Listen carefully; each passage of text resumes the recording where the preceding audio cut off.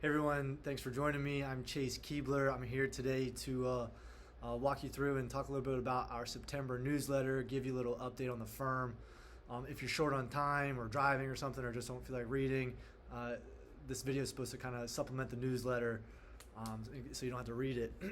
Now, the article I chose to write for this newsletter is an emphasis on something we care about a lot here at Keibler Law Group, and that's our communication skills and resources that we use.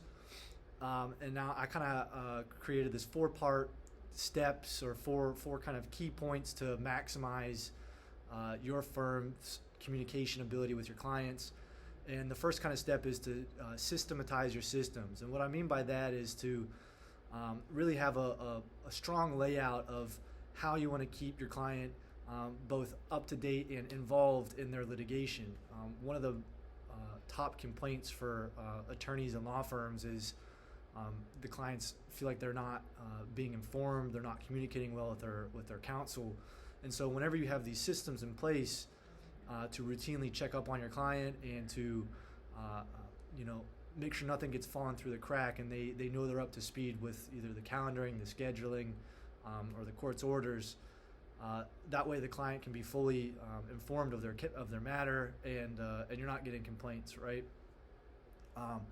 A second thing that we do and we have, and I encourage you to have, is to create a formal communication policy, and this really outlines both your duties and responsibilities owed to your client, what they can expect from you. As far as how you're going to communicate with them, how you can be reached, and it also creates duties and responsibilities for the clients, because at least at Keibler Law Group, and I know at many other law firms, it's really treated as a team-oriented or a goal-oriented situation, bringing some type of litigation claim or case.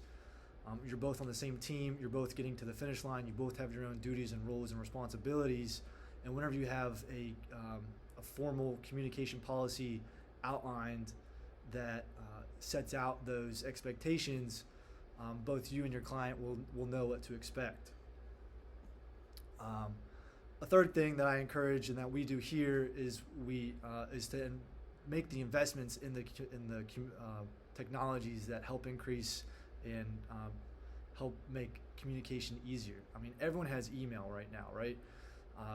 It's a requirement for everyday life, but you can create case management software or some type of CRM, client relationship management system that again will help systematize your routine outreaches to your client.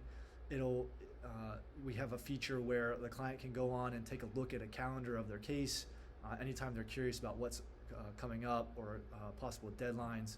They can go on and look at it. That's just one way that we increase communication with really not having to do anything. It's already built in there, and it's kind of a fail-safe way to keep the case on track. And then finally is flexibility, right? The litigation that's most of the time there's not one way to get there. Not every case is the same, whether it's nuances with the clients, nuances with the facts of the defendants.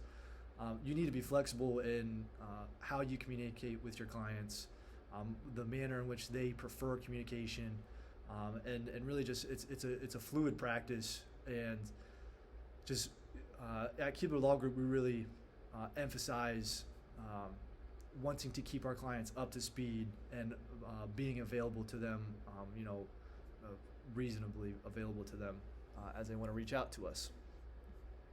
And so I encourage you to take a look at your communication systems and make sure that you guys are up to speed. If you have any questions about how we do it here, or if you'd like to take a look at our communication policy, feel free to shoot me an email. I'm happy to send it to you. The $6.1 billion skinny. So recently in August, President Joe Biden signed into law the Camp Lejeune Justice Act, which waives the statute of limitations and allows injured individuals who are poisoned by toxic water at or near Camp Lejeune, which is in kind of coastal North Carolina. It's just north of Wilmington. If they suffered some sort of disease from this poisoned water, they can now bring a claim against the federal government and receive compensation for those claims. Whether it's an individual who has who has died as a result of their illness, or if they're still alive and they survived, they can bring a claim, or their family can bring a claim. Now, these individuals must have lived at or near Camp Lejeune between August 1st, 1953 and December 31st, 1987. So it's a big window here where there's possible claims.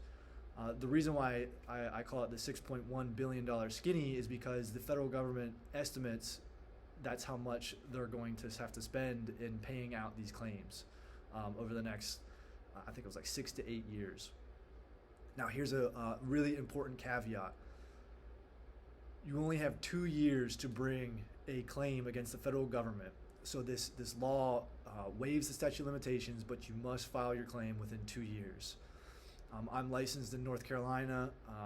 If you have a claim, or you think you have a potential claim, or if you want to have a family member who might have one, please don't hesitate to reach out to me. I'd be happy to walk you through what I think about the claim and give you advice on next steps. Now for some good happenings around South Carolina. On the back, there's, I guess on the front cover of our newsletter, there's a Low Country Jazz Fest down in Charleston. Greenville's got this Euphoria, I think, festival. It's a 3 or 4 day event with tickets you have to buy.